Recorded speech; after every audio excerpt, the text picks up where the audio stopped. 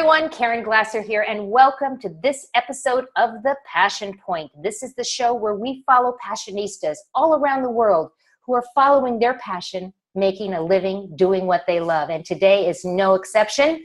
My guest today is Rita Joyan. She is honored as Canberra's Young Businesswoman of the Year for 2015.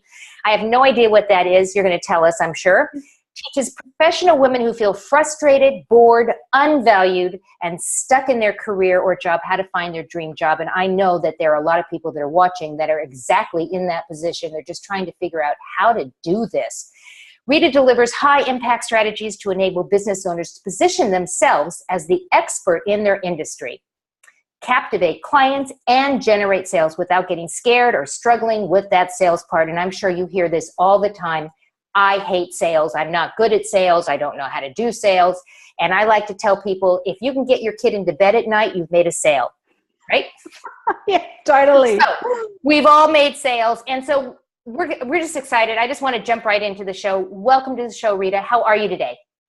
Thank you so much for having me, Karen. I am so excited to be on your show.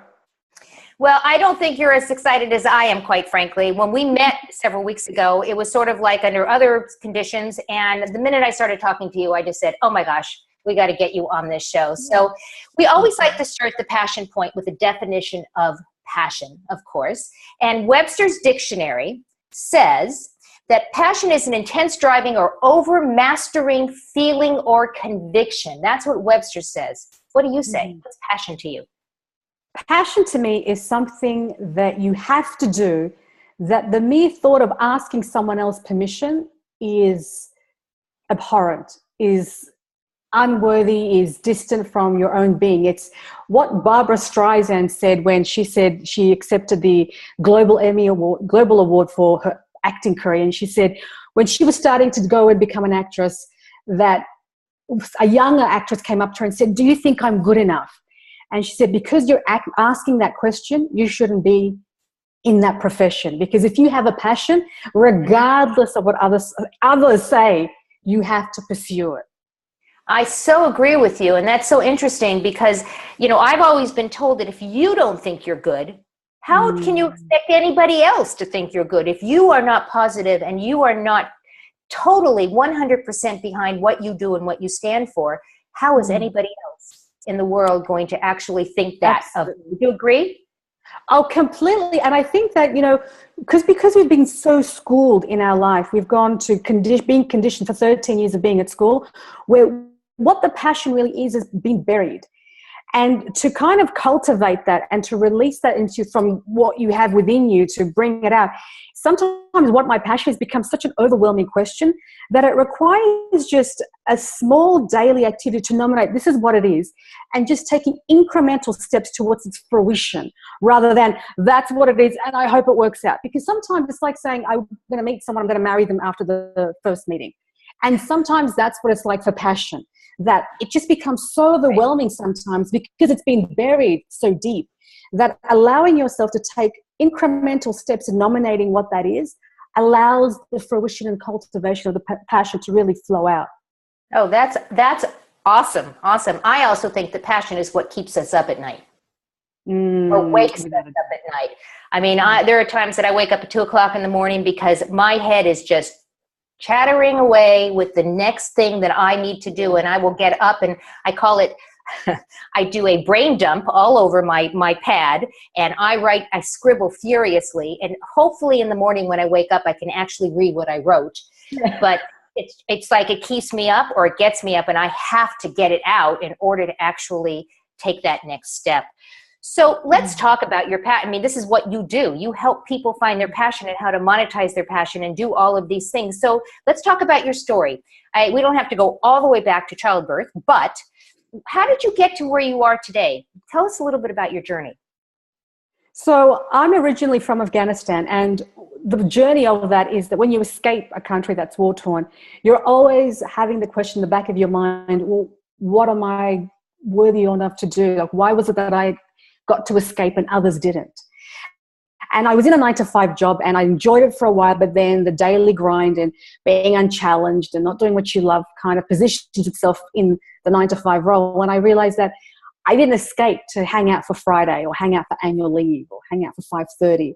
And so I took my skills of learning and development, and I thought, what if I could find a way, a process, because that's what companies hired me to do, is to find out what the problem was and create solutions for it. Now, what if I could create a process to teach people how to find their dream job? And so I basically took my skills of a learning and development consultant, and I started teaching people, putting a process together of first putting it on myself and then teaching other people and allowing them. And I had people who were university professors for 20 years who are now published authors. I had people who were accountants, CPAs, who are now bloggers. So it created, a difference. And I thought this is a great idea to be able to go and monetize and really take it further and create a greater reach. So what did you do? How did you do that? It's the first thing I did. And this is what I say a lot of people do, whether you're an author, whether you do any kind of current marketing, you always use speaking to leverage it. And that's exactly what I did. I used speaking and a specific way of speaking to position my credibility, to position my expertise. So I'm not starting from scratch in the eyes of my audience, because I wasn't. It's just a new industry I'm getting into. And so I basically use the one thing that I can be able to generate clients one-to-many by getting in front of an audience, positioning what I do, positioning my authority in what I do, and talking about the actual results that I've achieved from the process, and then asking people who wants to find out what their passion is. And that's how I got people to follow me and monetize what I was doing. I love what you say, and we talk about this all the time, is that you have to position yourself as the authority in whatever industry that you're in. And one of the best ways to do that is to get up right in front of people and speaking. I talk about using video as a great way to position yourself as an authority and as an expert. And that's why I do all this video that I do. What are other ways that people can position themselves as an authority in their industry? What are other ways that people might be able to do that? There are so many. Well, number one, getting results for the work that you do and speaking on that. Number two is actually creating a system of what it is that you do and identifying what is the process so someone else can be able to take that on board and get the results quick enough. Because a lot of the time people say they need me. Well, they don't need you. They need to know the process behind what you're doing. That creates authority. Because if you think about books like 7 Habits of Highly Effective People, great book. It was doing wonders in the 90s in organizations. The one thing that Stephen Covey did was he took ideas and he put it into a process. Sharpen the saw, think with the end in mind. It's a process. Right. And he used that to speak on and leverage. And that's the number one key way I would say, what I've done to really establish your authority in what you do. That is so, it's wild. I mean, it can be that easy. It can be that easy. Right. Yes. And it's a matter of getting crystal clear. And when that light bulb goes on, I can speak for myself that until I got very focused on what my niche was, what exactly it was that I was doing, instead of, well, I do everything for anyone. Yes. A lot of entrepreneurs fall into that unfortunate hole. You cannot possibly be everything to everyone. Well, I don't think so. I don't know how you feel about that, but I think that there are so many of us that are authorities in similar areas. But what makes us stand apart might be our personality. It might be the way we deliver things. And at the end of the day, it's the relationships that we cultivate. Absolutely. You know, when you said you can't be everything to everyone, if you think of a mum who runs around and does everything, the soccer practice, the dinner, the cooking, the cleaning, the companionship with the husband, she's wearing herself thin. And at the end of the day, yes, she has served everyone, but oh my God, if I could just get some 5 minutes for myself. Right. And just really reflect. And that's like in business. If you've spread yourself thin, you've given, but you've given nothing to yourself. And so you become very, very and that's business, because being a mother is trying to give. And that's why now the new kind of wave is about taking care of yourself as a mother, because you can't serve your family. Same in business. If you can't serve the niche that you have the authority to serve, then spreading yourself thin, you'll be exhausted. You'll be spread thin and really feel like I haven't accomplished anything. And I think what happens for all of us that are we are entrepreneurs is that we leave the 9-to-5 world and then we end up working 24 hours a day because it's our job, it's our business, it's our world, and we are passionate about our world. And I don't know how you feel about this, but I think that the best thing that we can do as entrepreneurs is that we focus on the income producing activities while we outsource the things that just need to get done. Instead of working in your business, you're working on your business. Yes. I mean, you do a lot of outsourcing yourself, Caren? I am just now really not just talking the talk, but walking the walk. I am definitely outsourcing these days. There's just not enough hours in the day. And even though I can do it all, it doesn't mean I should do it all for the very reason that you just said. It's exhausting, and I'm not going to be any good to anyone, let alone myself. And so I am working really hard myself as an entrepreneur to outsource some of the things. And it's hard. If you're a control freak, it's really hard to outsource because you want it done your way. So I have a way that I'm doing it. I'm making video tutorials to show the person that's doing my stuff for me as an outsourced person the way I want it done. Yeah. Oh, very good. Very good. In control. You're still in control. I am still in control. So what do you tell somebody that, and we're going to get to your summit. You have this amazing summit that's coming up. But what do you tell people that you run into, that you meet at the places that you speak or you talk to on the phone, people that say, I've lost my passion. I don't know what my passion is. I don't know what to do next. I call them accidental entrepreneurs. They've been laid off or they've been let go or they just can't find a job. And instead of saying I'm unemployed, they say I'm an entrepreneur. Well, not so much. So what do you tell people that have lost their passion and they're kind of stuck now? What do you tell them to do? Or is there something they can do?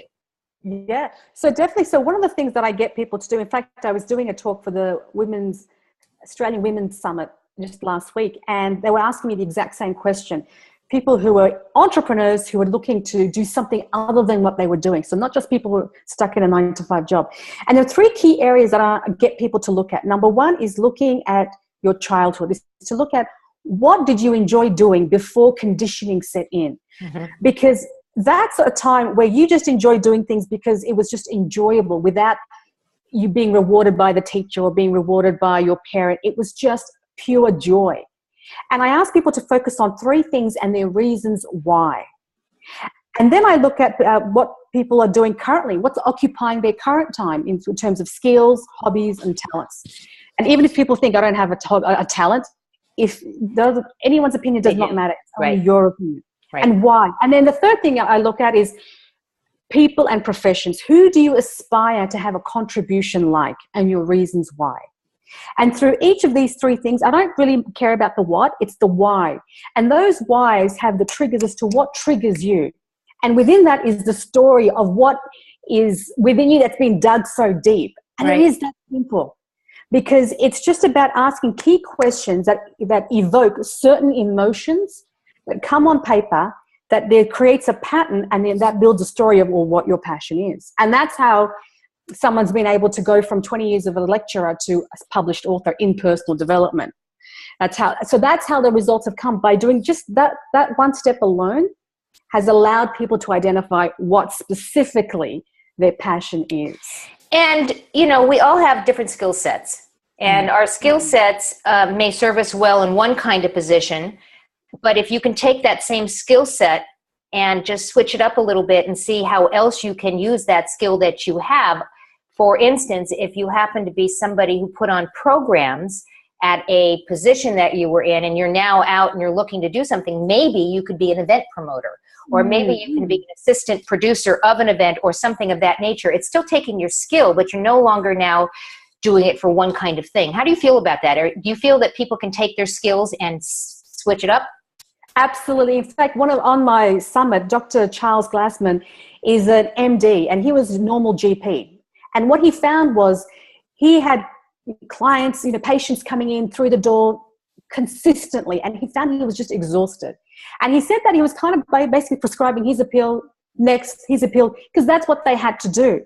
So what he's done is he's taken his passion of medicine and helping people, rechanneled it in becoming a concierge doctor. And here's what that means. People put him on a retainer for a whole year. So, for example, I might hire him for a whole year and say, I just want you to focus on me. So he will look at my lifestyle, he'll look at my medical records, he will look at just me as a person and attend to me on a retainer basis. That means he has fewer clients, more personalized, I guess, rapport and relationship, and he can treat them so much better because it's holistic rather than pill popping. Right. No, and we have that here in the States. We have concierge. In fact, I did it for a year. And I did it when I live up in Northern California, but when I was living in Southern California, the doctor that I'd been going to for years and years and years decided to change his practice and went to concierge. And he was a doctor's doctor, and I just loved him, and I thought I couldn't imagine going somewhere else. And so I, in fact, became one of those people that went to a concierge style, and it was amazing. It's not affordable, really for a lot of people, and it might be different now because there are more and more doctors that are doing it. But you're right; they took fewer patients rather, and they were able to do a holistic approach to healthcare. I think that's amazing. Now, you mentioned the summit, so let's just jump right in. You have a summit coming up. What is the summit called? The summit is called Monetize Your Mission. And I'm sure everyone listening right now is saying, pick me, I need to do that. I need to monetize whatever my mission is. And what can they expect to get on this summit? Who are some of the people that are going to be on, and what is the material that will be transferred over? Exactly. So it's 21 experts from around the world who have basically found an idea, a passion, who were maybe in a position where they got laid off, they became redundant. They had some quirky idea of a business. And then they decided, I just might work with it, I'll play with it. And now they're not just making money once in a while, but a consistent revenue that allows them to, for example, retire their husbands or their wives. And so, for example, the whole interview series is just showcasing people who you may have heard, like, for example, Marie Diamond, who's from The Secret, and people like Vanessa Wilson, who you may not have heard of, who has been able to retire her husband by showing people how to, wait for it, quilt. She teaches people how to quilt. She makes an exceptional income. She lives on a huge acreage. She homeschools her kids. She was retired her husband, and she's literally living the life. And then I've got people like Kylie Ellis, who was able to monetize her mission so beautifully that she had it on autopilot. She had getting clients in, fulfilling their needs on autopilot. And she realized she got bored. And so she wanted to now add extra channels of revenue because she just wanted to include herself in the business. Mm-hmm. So these are the kinds of people that's on Monetize Your Mission. They're from all walks of life. And that's the beauty. Most of them you may not have heard of simply because they're the pockets of people that really found this idea and are just killing it with what they're doing. And it's so exciting because it just shows how it can be done. So the series is just about, this is what they're doing, this is how you can implement by just listening to what they've said, the mistakes are and what the lessons are and what you should be doing to monetize your mission. That's awesome. So there's hope. There's hope for all of us that there is a way to do something like this, and it may not be the way you thought it would be. Yeah. You're going to get lots and lots of ideas. So they're going to go to Monetize Your Mission Live. Yes. .com. Now, if I'm not mistaken, the Monetize is spelled Australian-like, is it not? Yeah. Thank you for that. Yes. It's spelled Montize. Monetize Your Mission, one word, live.com. Okay. MonetizeYourMissionLive.com. So our viewers, all you have to do is look right down into the run sheet, and that link will be there. And this is a free summit, but you have to sign up for it. So you want to go down and click on that link and go check out where you have to go to sign up for it. And this is starting next week, right? Yes, it's starting next week. How many speakers are we going to be hearing? We're going to be hearing from 21 speakers. 21 speakers. Wow. And you're going straight through, or is it going to like once a week, or what is it? Yeah, consecutively for 21 days. You will get an email with a speaker, the first speaker, and then the next day, the second speaker. So you're basically drip feeding you the content so you can take notes, apply it, and listen to the next person, see what is going to fit with what you want to have happen for the business that you want to create or accelerate. Wow. So Rita, I mean, the question begs itself, what's next for you? You're doing this amazing summit. What's next on your horizon? Well, I'm looking to take, and I love speaking, and that's one of the things that's really catapulting my business. And I'm looking to go into international speaking from August 2016 onwards. So from August, I've got plans to go to Washington and do some speaking gigs, to go to Singapore and do some speaking gigs. So I've got some speaking gigs lined up, and I'm really looking forward to now taking my show on the road, so to speak. I love that. So, you know, if you ever make it up to Napa, please let me know. You can come drink some wine or something like that. Something like that. So we've talked about your summit, and we've talked about how they can sign up. Let's move on into the area of the interview that I like to say is kind of like a personal thing. I'm all about quotes. I love quotes. And when I wake up in the morning, the very first thing that I do, other than going to Facebook or something like that, is I will actually go through my resources to find a quote that speaks to me in the morning. And I will then utilize that quote in all sorts of things. Maybe it's a meme, it's a graphic, something I put in social media, maybe a blog post or something. Today's post is from Charles M. Schwab, an American steel magnate. And he wrote, "A person can succeed at almost anything for which they have unlimited enthusiasm." What do you think?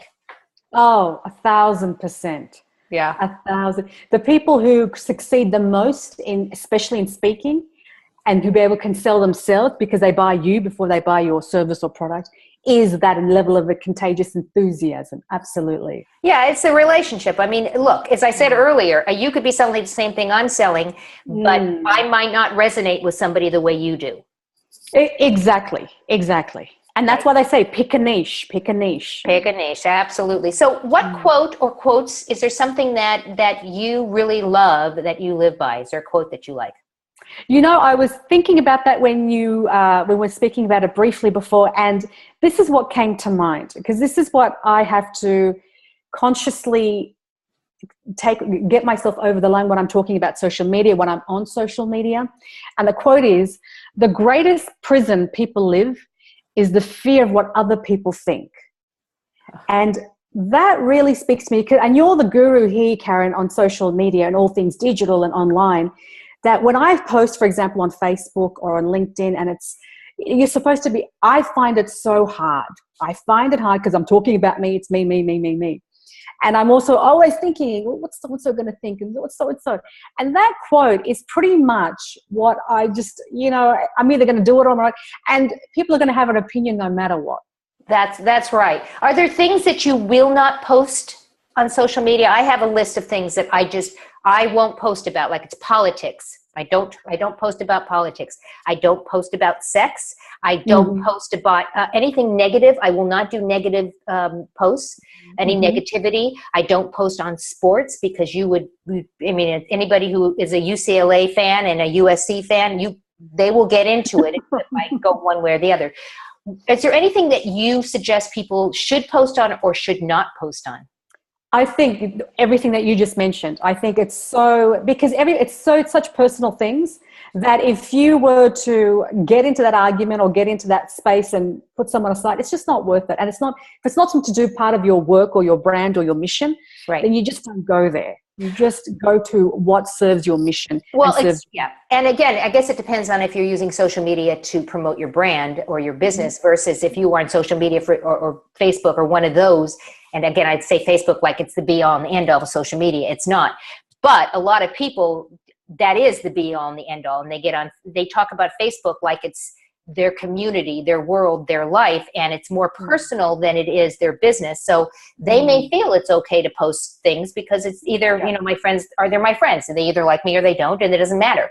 But in business, you run the risk of pissing off 50% of the people if you make a statement that is polarizing, and religion is the other one. Religion is the other one. Yeah. Well, unless you become big as like Oprah, who can endorse someone like Obama. Right. She has the pull. Pull. Then you want to steer away from it. Yeah. I totally agree. Are there any last minute thoughts that you'd like to share with our audience that we can leave them with before we say goodbye? Absolutely. It's a question that I ask a lot of people, and that is, what would you have told your younger self?